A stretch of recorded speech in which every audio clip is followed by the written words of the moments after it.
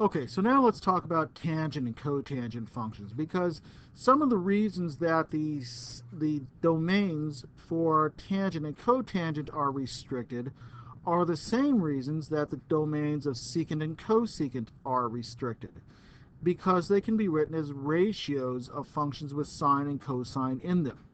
So let's talk about tangent. Tangent of x is the kind of function that is limited in its domain, since tangent of x is equal to sine of x over cosine of x.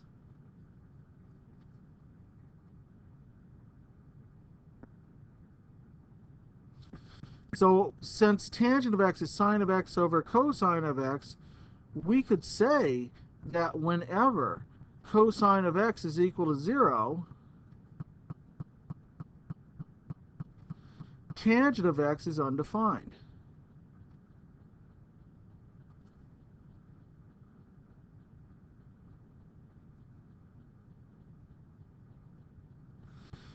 If we look at the function for cotangent of x, we have a similar problem.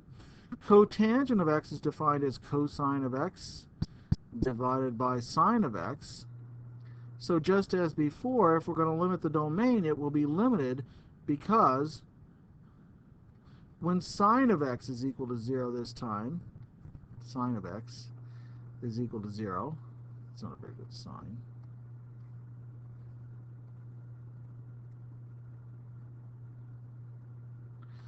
We would say that the cotangent of x is undefined.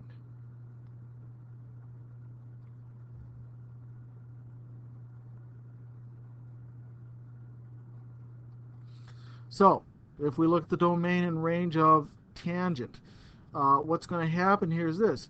The domain for tangent will be exactly the same as the domain of our secant function. So if we go back to our secant function, we see that the domain here was all real numbers right here, starting at negative pi over 2, pi over 2, 3 pi over 2, and so on. All these odd multiples of pi over 2. So that will be exactly the same domain that we have for the tangent. As far as the range is concerned, for range, it turns out that for tangent and cotangent, we're going to have the same thing. The range is not limited at all. For sine and cosine, or secant and cosecant, we were limited by what the sine and cosine function does. But in fact, we will say, just so that you know, the range of your tangent function and cotangent function is both all real numbers. All right. For cotangent of x, if we're interested in the domain of it, well, since sine of x was in the denominator right here, the other function that had sine of x in the denominator was, well, cosecant. So we're going to take our graph of our cosecant domain right here and paste that into the domain of our cotangent function here. All right, so we're going to take this. Here's our domain.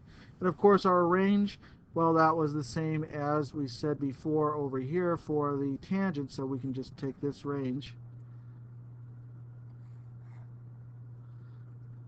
Let's see if this will select it right here, and just copy this down below.